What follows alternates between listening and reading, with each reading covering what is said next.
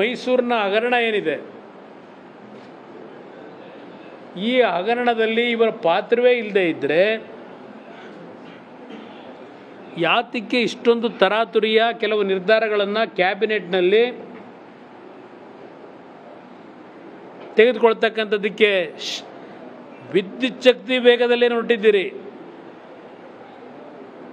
ವಿದ್ಯುತ್ ಶಕ್ತಿಯ ವೇಗದಲ್ಲಿ ಸಿದ್ದರಾಮಯ್ಯನವರೇ, ನಿಮ್ಮನ್ನು ಕೇಳಲಿಕ್ಕೆ ಬಯಸ್ತೀನಿ. ಇವತ್ತು ಹಲವಾರು ಪ್ರಕರಣಗಳಲ್ಲಿ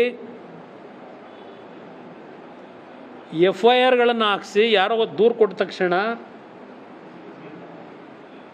ತಕ್ಷಣ ಬಂಧಿಸ್ತಕ್ಕಂಥ ಒಂದು ಪ್ರಕ್ರಿಯೆಗಳನ್ನು ಈ ಸರ್ಕಾರದಲ್ಲಿ ನೀವೇನು ಮಾಡ್ಕೊಂಬಂದಿದ್ದೀರಿ. ಈಗಿಲ್ಲಿ ಕೂತಿದ್ದೇವೆ ನಾವು ನೀವು ಎಲ್ಲ. ನಾಳೆ ಇಲ್ಲ, ಈಗ ಇನ್ನೊಂದು 1 ಅವರಲ್ಲಿ ಯಾರಾದರೂ ನಿಮ್ಮ ಮೇಲೋ ನನ್ನ ಮೇಲೋ ಯಾರಾದರೂ ಒಂದು ಅರ್ಜಿ ಕೊಟ್ಟರು ಹೋಗಿ, ಈಗ ಇಮ್ಮಿಡಿಯೇಟಾಗಿ ಪೊಲೀಸ್ ಕಳಿಸ್ತೀರಿ, ಅರೆಸ್ಟ್ ಮಾಡಿಸ್ತೀರಿ. ಈ ಒಂದು ಹೊಸ ರೀತಿಯ ಕಾನೂನು ವ್ಯವಸ್ಥೆ ಈ ರಾಜ್ಯದಲ್ಲಿ ತಂದಿದ್ದೀರಿ. ನಿಮ್ಮ ಪ್ರಕರಣದಲ್ಲಿ ನ್ಯಾಯಾಲಯ ಸೂಚನೆ ಕೊಟ್ಟ 48 ಗಂಟೆ ಆದರೂ FIR ಹಾಕಲಿಲ್ಲ.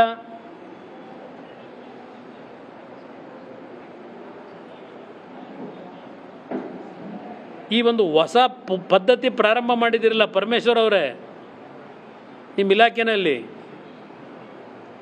ನೀವು, ನಿಮ್ಮ ಉಪಮುಖ್ಯಮಂತ್ರಿ, ನಿಮ್ಮ ಮುಖ್ಯಮಂತ್ರಿ ಎಷ್ಟು ಜನ ಅಧಿಕಾರಿಗಳಿಗೆ ನಾವು ಹೇಳದಂಥ ರೀತಿಯಲ್ಲಿ ಇದು ಪ್ರೀ ಪ್ಲಾನ್ಡ್ ವಿರೋಧ ಪಕ್ಷದವ್ರು ಮಾಡಿಸ್ತಾ ಇದ್ದಾರೆ ಅಂತ ಹೇಳಿದ್ರೆ ಜನ ಅದನ್ನೆಲ್ಲ ನಂಬೋದಿಲ್ಲ. ಇವರು ಭ್ರಷ್ಟರು ಅಂತೇಳಿ ಈಗಾಗಲೇ ಕರ್ನಾಟಕದ ರಾಜ್ಯಪಾಲರು ಅವ್ರಿಗಿರ್ತಕ್ಕಂಥ ಅಧಿಕಾರ, ಸರ್ಕಾರ ದಾರಿ ತಪ್ಪಿದಾಗ ಸರ್ಕಾರಕ್ಕೆ ಎಚ್ಚರಿಸ್ತಕ್ಕಂಥದ್ದು, ಸರ್ಕಾರದಿಂದ ಸಮಜಾಯಿಷಿ ಕೇಳ್ತಕ್ಕಂಥದ್ದು ರಾಜ್ಯಪಾಲರಿಗಿರ್ತಕ್ಕಂಥ ಒಂದು ಅಧಿಕಾರದ ವಿಷಯದಲ್ಲಿ ಅವ್ರು ಏನು ಹೇಳಿದ್ದಾರೆ ಅವತ್ತು, ಸ್ವಲ್ಪ ಇನ್ನೊಂದು ಬಾರಿ ಅದನ್ನು ಅವ್ರು ಏನು ಮಾತನಾಡಿದ್ದಾರೆ ತರಿಸ್ಕೊಂಡು ನೋಡೋದು ಒಳ್ಳೇದು. ಒಂದು ಸಲ ಯಾವ್ಯಾವ ಸಂದರ್ಭದಲ್ಲಿ ಏನೇನು ಮಾತನಾಡಿದ್ದಾರೆ ಅಂತೇಳಿ. ಇಲ್ಲಿ ಈ ಸರ್ಕಾರದ ಅಂಗಸಂಸ್ಥೆಗಳೇನಿದ್ದಾವೆ, ಆ ಸಂಸ್ಥೆಗಳನ್ನು ದುರುಪಯೋಗ ಪಡಿಸ್ಕೊಳ್ತಕ್ಕಂಥದ್ದು, ಇಲ್ಲ ಅದರ ಮೇಲೆ ಆ ಸಂಸ್ಥೆಗಳ ಮೇಲೆ ಒತ್ತಡ ತರ್ತಕ್ಕಂಥದ್ದು ಇವತ್ತೇನು ಪ್ರಾರಂಭ ಆಗಿಲ್ಲ. ಇದು ದೇಶದಲ್ಲಿ ಹಲವಾರು ಹಿಂದಿನ ಪ್ರಸಂಗಗಳನ್ನು ಹೇಳಲಿಕ್ಕೆ ಹೋದರೆ ಹಲವಾರು ಉದಾಹರಣೆಗಳನ್ನು ಕೊಡಬಹುದು. ಆದರೆ ನಾವುಗಳು ಅಧಿಕಾರದಲ್ಲಿದ್ದಾಗ ಏನು ಮಾಡಿದ್ದೇವೆ, ಯಾವ ರೀತಿ ಸಂವಿಧಾನಕ್ಕೆ ಅಪಚಾರ ಬರದೇ ಇದ್ದಾಗೆ ಸಂವಿಧಾನಕ್ಕೆ ಒಂದು ಗೌರವ ಕೊಟ್ಟು ನಡೆದಿದ್ದೇವೆ, ಅದು ಮುಖ್ಯ ಇಲ್ಲಿ ಅನ್ನೋದನ್ನು ಮೊದಲು ಮುಖ್ಯಮಂತ್ರಿಗಳು ಅರ್ಥ ಮಾಡ್ಕೋಬೇಕು. ಈ ಕಾಂಗ್ರೆಸ್ ಪಕ್ಷದ ಮಂತ್ರಿಗಳು ಅರ್ಥ ಮಾಡ್ಕೋಬೇಕು. ಯಾವ ರಾಜ್ಯಪಾಲರು ಈ ಸರ್ಕಾರದ ಒಂದು ಪ್ರಕರಣವನ್ನು ಅವರ ಮುಂದೆ ಅರ್ಜಿ ಬಂದಾಗ ಅವರಿಂದ ಉತ್ತರವನ್ನು ಪಡೆಯತಕ್ಕಂಥದ್ದಕ್ಕೆ ಏನು ಸರ್ಕಾರಕ್ಕೆ ಕಳಿಸಿದರು, ಈಗ ಏನೋ ಈಗೆಲ್ಲ ಕೆಲವು ಡೆವಲಪ್ಮೆಂಟ್ ಆದಮೇಲೆ ಕ್ಯಾಬಿನೆಟ್ನಲ್ಲಿ ಇನ್ನು ಮುಂದಿನ ದಿನಗಳಲ್ಲಿ ಯಾವುದೇ ರಾಜ್ಯಪಾಲರಿಂದ ಪತ್ರಗಳು ಬಂದರೆ ಚೀಫ್ ಸೆಕ್ರೆಟರಿ ಆದಿಯಾಗಿ ಯಾರೂ ಉತ್ತರವನ್ನು ಕೊಡಬಾರದು, ಪ್ರತಿಕ್ರಿಯೆ ಕೊಡಬಾರದು ಅವರಿಗೆ. ಅದನ್ನು ನಮ್ಮ ಕ್ಯಾಬಿನೆಟ್ ಮುಂದೆ ತರಬೇಕು. ಹೀಗೆ ಹಲವಾರು ರೀತಿಯ ಒಂದು ತೀರ್ಮಾನಗಳನ್ನು ಹೊಸದಾಗಿ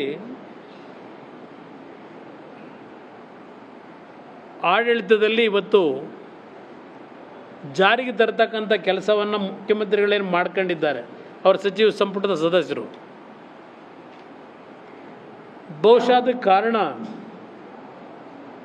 ಈ ಕಳೆದ 14 ತಿಂಗಳಲ್ಲಿ 15-16 ತಿಂಗಳು ಈ ಸರ್ಕಾರ ನಡೆದಿರ್ತಕ್ಕಂಥ ಹಲವಾರು ಅಕ್ರಮಗಳು, ಅಧಿಕಾರ ದುರುಪಯೋಗ, ಇದೆಲ್ಲವೂ ಹೊರಗೆ ಬರಬಾರ್ದು ಅಂತಕ್ಕಂಥ ಹಿನ್ನೆಲೆಯಲ್ಲಿ ಕ್ಯಾಬಿನೆಟ್ಗಳಲ್ಲಿ ಇವತ್ತಿನ ತರಾತುರಿಯ ನಿರ್ಧಾರಗಳನ್ನು ಮಾಡ್ತಾ ಹೊರಟಿದ್ದಾರೆ. ಅವರು ಹೇಳಿದ್ದಾರೆ, ನನಗೆ ರಾಜಕೀಯ ಜೀವನದಲ್ಲಿ ರಾಜಕೀಯದ ಒಂದು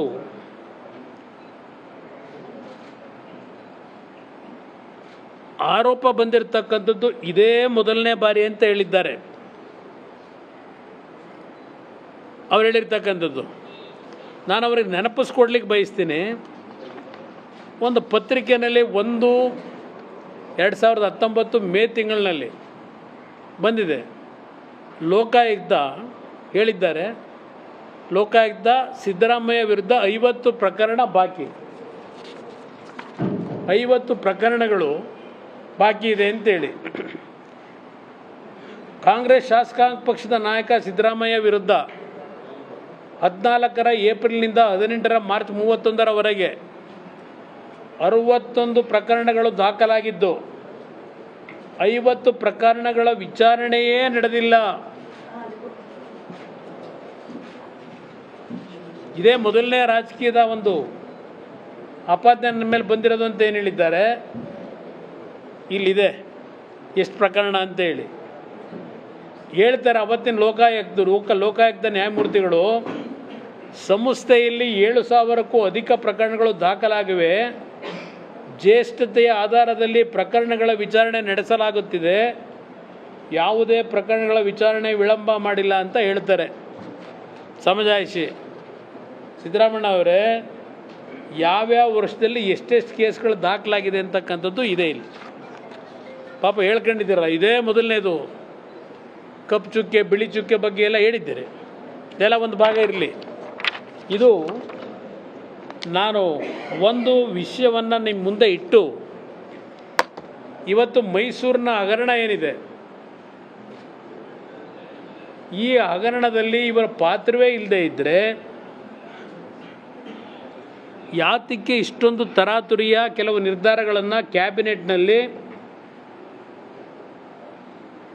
ತೆಗೆದುಕೊಳ್ತಕ್ಕಂಥದ್ದಕ್ಕೆ ವಿದ್ಯುತ್ ಶಕ್ತಿ ವೇಗದಲ್ಲಿ ಹೊರಟಿದ್ದೀರಿ.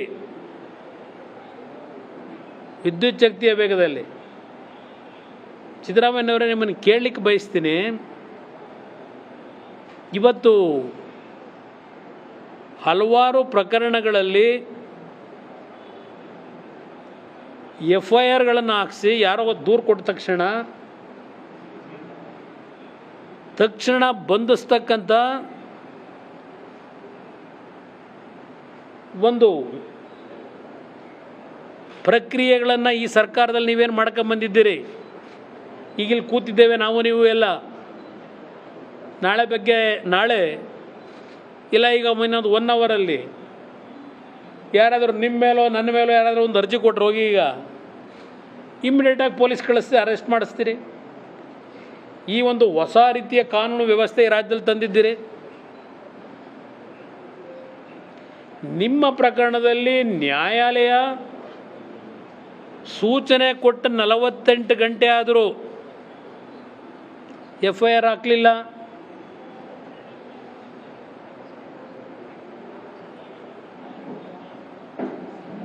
ಈ ಒಂದು ಹೊಸ ಪದ್ಧತಿ ಪ್ರಾರಂಭ ಮಾಡಿದಿರಲ್ಲ ಪರಮೇಶ್ವರ್ ಅವರೇ, ನಿಮ್ಮ ಇಲಾಖೆಯಲ್ಲಿ